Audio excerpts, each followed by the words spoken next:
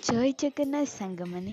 ଆଜି ଆମେ ଗୋଟା ଆଳୁଦମ୍ କିପରି ପ୍ରସ୍ତୁତ ହୁଏ ତାହା ଶିଖିବା।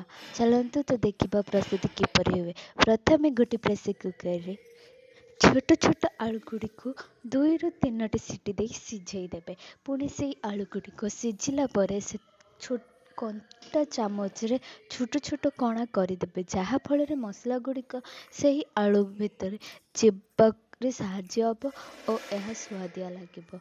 ପୁଣି ଗ୍ରାଇଣ୍ଡରରେ ଟମାଟୋ, ପିଆଜ ଓ ଅଦା ରସୁଣକୁ ବାଟି ନେବେ। ଏହାପରେ ଗୋଟେ ପ୍ୟାନ୍ରେ ତେଲ ଦେଇ ସୋରିଷ ଜିରାର ଫୁଟଣ କରି ସେଥିରେ ଟମାଟୋ ଓ ପିଆଜର ମସଲାକୁ ଦେଇଦେବେ।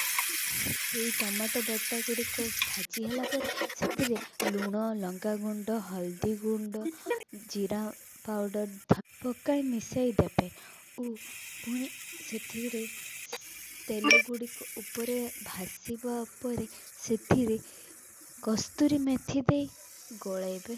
ପୁଣି ଏହା ହେଲା ପରେ କଞ୍ଚା ଲଙ୍କା ବି ପକାଇବେ ଓ ଏହାପରେ ଆଳୁ ଗୁଡ଼ିକ ମଧ୍ୟ ପକାଇକି 2ରୁ 3 ମିନିଟ୍ ଘୋଡ଼ଣି ଦେଇକି ମଧ୍ୟମ ଆଞ୍ଚରେ ରାନ୍ଧିବେ।